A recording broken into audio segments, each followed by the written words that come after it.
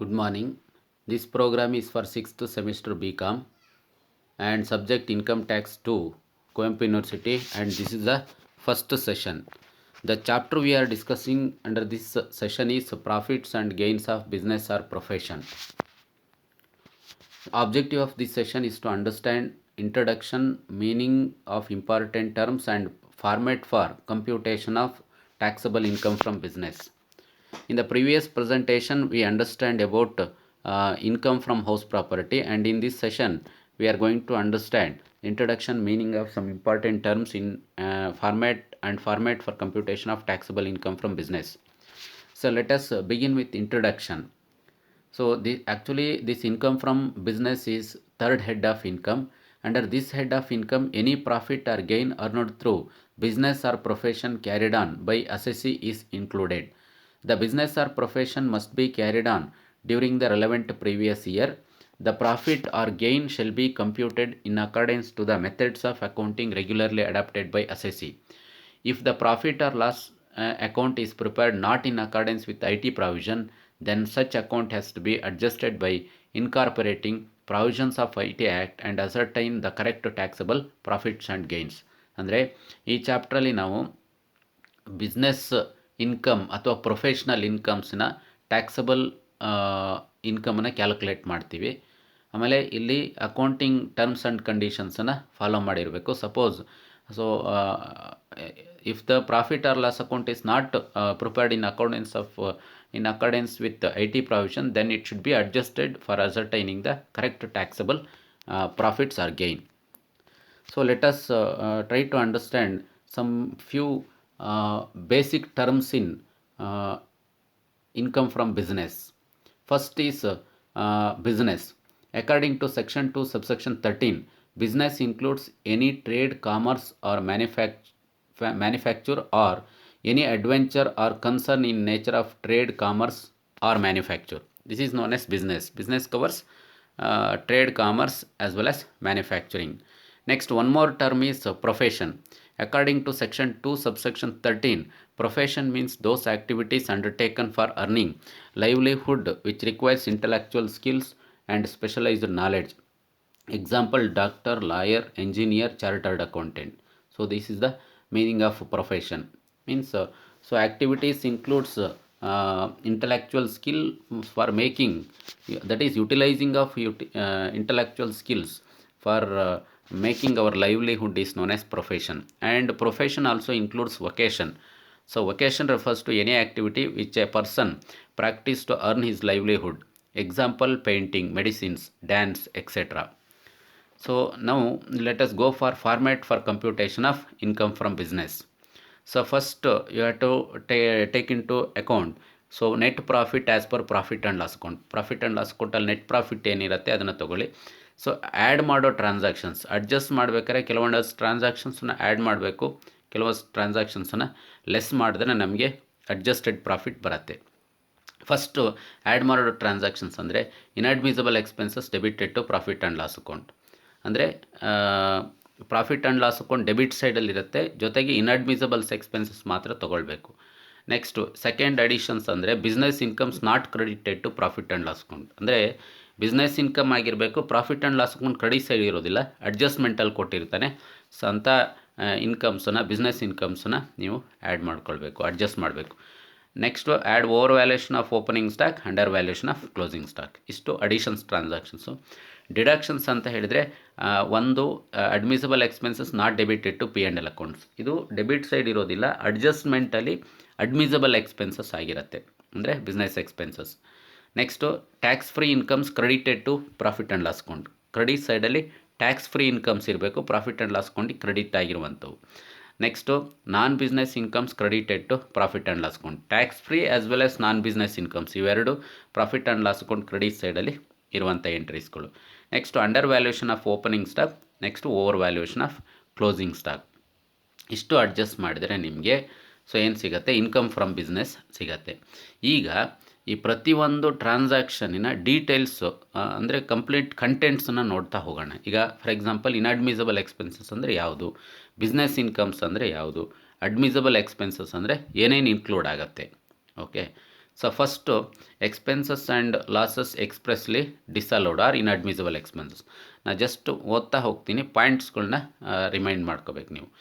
All expenses that is drawings, life insurance, all personal expenses ಎಲ್ಲ inadmissibles ಅಂತ ತೊಗೊಳ್ಬೇಕು. ಇದು ಎಲ್ಲಿ ಇರುತ್ತೆ ಅಂದರೆ profit and loss account debit side. Next all provisions and reserves, notional rent, interest, salary, all charities and donations, all capital expenditures, all capital losses. ಅಲ್ಲಿ capital expenditure research, scientific research ಒಂದು ಬಿಟ್ಟು.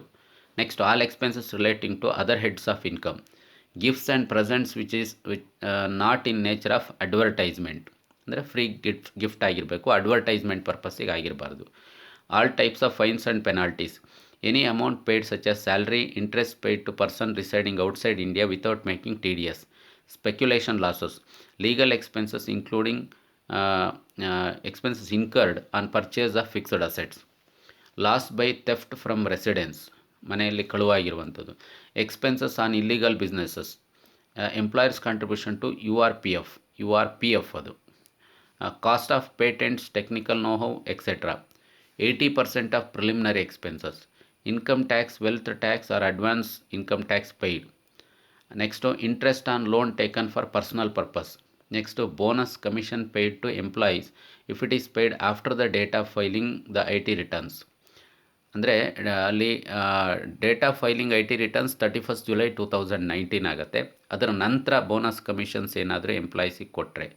Next sales tax, customs duty, excise duty paid after the date of filing IT returns. ಇದು ಹಾಗೆ filing returns ಏನಿದೆ ಅದರ ನಂತರ ಏನಾದರೂ sales tax, customs duty ಕೊಟ್ಟರೆ ಇನ್ಅಡ್ಮಿಸಿಬಲ್ಸ್ ಆಗುತ್ತೆ. Any purchase of capital assets, cost of sign boards, contribution to staff welfare fund. Next donation to political parties, unapproved gratuity paid or given on ad hoc basis, excess depreciation allowed beyond the limit specified by IT Act, salary paid to family members who are not professionally qualified, legal expenses incurred to defend criminal proceedings, any payment made in excess of ₹20,000 either in cash or through bearer cheque is not allowed. So ಇಷ್ಟು ಏನಾಗುತ್ತಂದರೆ inadmissible expenses ಆಗುತ್ತೆ. Okay, ನೋಡಿ ಇಲ್ಲಿ ಇಷ್ಟು inadmissible expenses. So ಇದು profit and loss account debit ಸೈಡಲ್ಲಿ ಇದು ಯಾವ ಇನ್ಅಡ್ಮಿಸಿಬಲ್ ಎಕ್ಸ್ಪೆನ್ಸಸ್ ಇದ್ದರೂ ನೀವು ಆ್ಯಡ್ ಮಾಡ್ಕೊಳ್ಬೇಕು. ನೆಕ್ಸ್ಟ್ ಇನ್ನೊಂದು ನೋಡಿ, ಈಗ ಫಾರ್ಮ್ಯಾಟಿಗೆ ಹೋಗ್ತೀನಿ ನಾನು. ಆ್ಯಡ್ ಮಾಡಬೇಕಾದ್ರೆ ಒಂದು inadmissible expense. Next business incomes not credited to P&L account. So ಈಗ ಬಿಸ್ನೆಸ್ ಇನ್ಕಮ್ಸ್ ಲಿಸ್ಟ್ ಕೊಟ್ಟಿದ್ದಾನೆ, ಇವು ಅಡ್ಜಸ್ಟ್ಮೆಂಟಲ್ಲಿ ಇರುತ್ತೆ. ನಾಟ್ ಕ್ರೆಡಿಟೆಡ್ ಅಂದರೆ ಇದು ಯಾವುದೇ ಪ್ರಾಬ್ಲಮಲ್ಲಿ ಕೊಟ್ಟರು ನೀವು ಆ್ಯಡ್ ಮಾಡ್ಕೋಬೇಕು.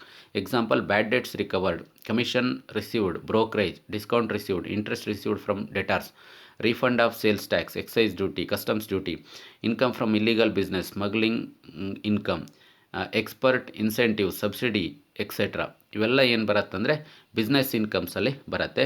ಸೊ ಇದು ಯಾವುದೇ ಬಿಸ್ನೆಸ್ ಇನ್ಕಮ್ಸ್ ಅಡ್ಜಸ್ಟ್ಮೆಂಟಲ್ಲಿ ಕೊಟ್ಟಿದ್ದರೂ ಸಹ ನೀವು ಆ್ಯಡ್ ಮಾಡ್ಕೋಬೇಕು.